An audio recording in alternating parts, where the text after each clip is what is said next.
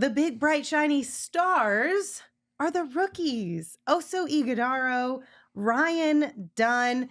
So Oso finished with 6 points. He had 2 blocks and 8 rebounds. Ryan Dunn finished with 2 points, also 2 blocks, 2 assists, and 4 rebounds.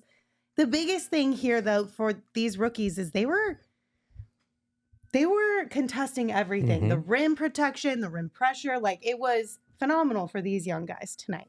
Well, yeah, they've been that, I joked on social, they've been the spice, for this team. They've given a little flavor when they needed it, and it makes a big difference for this group. They were out there. Their defense was great tonight. Oso filling in admirably at that center position, both offensively and defensively, showing that IQ, had that unbelievable dunk off that nice lob from Book. I think overall these two kids have done a lot, being thrown into a situation where I'm not sure many of us expected them to play as many minutes as they have this year so far. And tonight's a game where if you don't have those two guys, I don't think you win.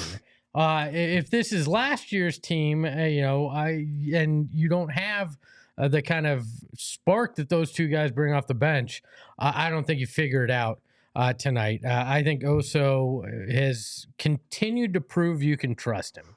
When we weren't sure, when we weren't, when you're a little hesitant, every time he comes out and he shows, no, he's worthy of that trust and can play well. Now, I don't think that, they obviously are not lighting it up offensively, but it's a lot of the little things that don't show up on the box score that they do well. Mm-hmm. Rotating on the right guy on defense, all those things that it's just sound basketball, and you need those guys to really be able to win games like this. They bring a change of pace for this team in a way that's positive, where things can get kind of stoic and a little predictable. They bring a positive bit of unpredictability, but they do so on the margins for this team. So margins being kind of 50-50 scenarios, controlling the boards, getting aggressive in approaching offensive rebounding or just crashing the defensive glass. We talked about the activity defensively with deflections, getting steals, getting blocks, the multiple efforts that they compile. They've done those things in a way that's really impactful for this team. And it, like you said, a spice, I think, is a great adjective for it, because it just hits different when those two are on the floor, especially when they're sharing the lineup together.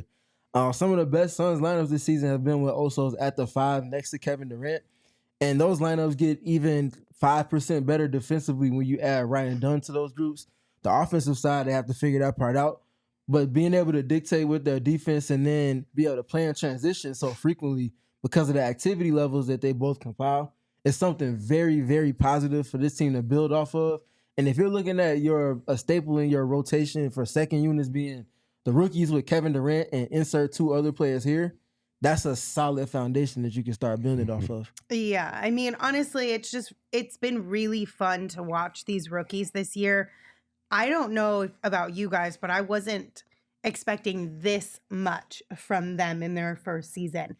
Both what they're contributing on the court, but also just the amount of minutes they're getting, the trust the guys have in them. I mean, even Kevin Durant said it after the game, like, we trust in those guys to make the right decision, to make the right play night in and night out. And that's really impressive from 2 rookies. Like, we hit on both of them in different ways. They bring different things to the court. Now, offensively, of course, it would be great. We could maybe just squeeze out a little bit extra from them, but that will come with time. At least defensively, they're not a liability. Yeah, I thought we might get there eventually in the season. Yeah, I wasn't expecting it this early. No, I thought maybe around the All-Star break you'd see where you trusted them this much, but no, they've come out. And I think, again, we talk a lot about basketball IQ with these guys, but I think that's why that the Durants, the Bookers, that they've trusted these guys right out the gates, because they know they're going to make the sound basketball play.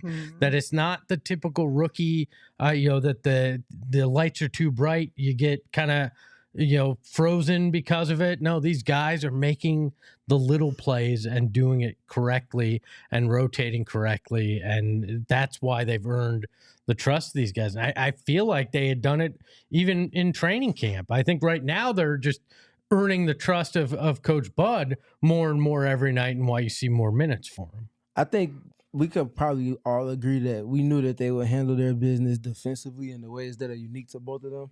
Offensively is where a great majority of the question marks came with both of them.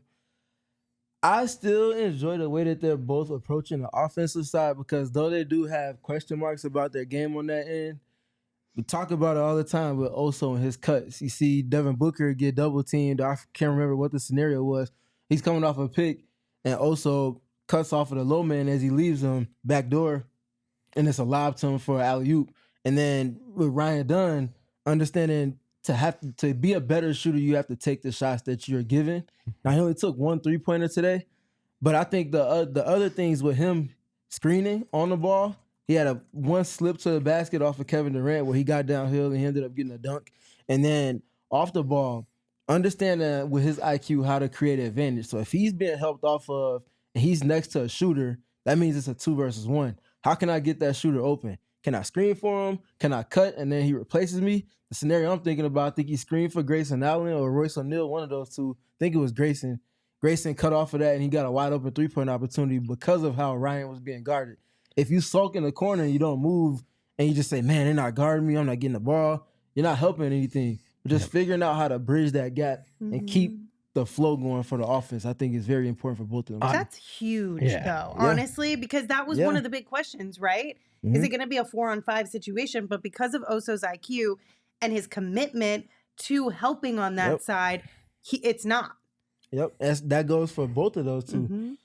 Talk about Oso's short roll playmaking, and we just got done talking about Ryan and everything that he's starting to understand. With what more can he do past just being a standstill shooter when the ball comes to him?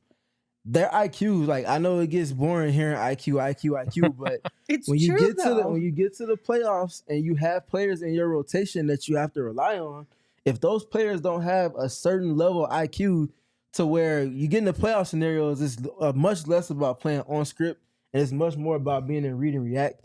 When you can read and react on the fly the way that these two are, and they're so far ahead of that curve for rookies, that's like a double asset, like you said. Not just one, but 2 rookies that are this afloat already. And it's mostly because of how they process the game, how quickly they do so. There's 2 little things that I really like what Oso does.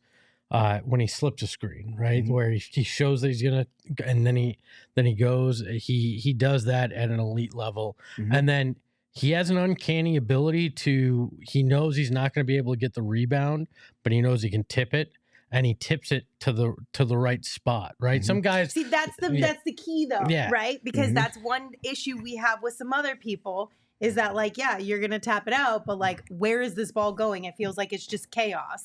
Oso's feels like there's a little bit more intentionality behind it. And those are little things, again, that won't show up on the stat sheet, but are heady in the way that they do that and can keep a possession alive, or keep the other team from getting a second opportunity on when you're on the defensive end as well. So look, again, you may look at it and you go, oh, well, they didn't have the stats to win a big, bright, shiny star. But when you look at it, you go, okay, when you dig under the hood, that's why these guys made such a difference. And to that point, I know you don't like plus or minus, but it definitely felt like it. Plus 14 for Oso, plus 8 for Ryan Dunn. And since they played against the Warriors, Draymond, say what you want about him, one of the highest IQs in basketball history. And he had a quote from probably 10 years ago now where he said there's 82 game players and there's 16 game players. The common denominator with players that fall in that latter versus the former is all between the ears. You could have all of these different skills, but if you don't know how to process the game and use your skills to counter or to complement what your team has and what the defense is doing to you, how good is it going to be? You're just going to be beating up against a brick wall. So those 2 players, you can't say they're 16 game players yet, but trajectory wise, they're incrementally getting closer and closer to that as the calendar turns. We all silly like the mayor.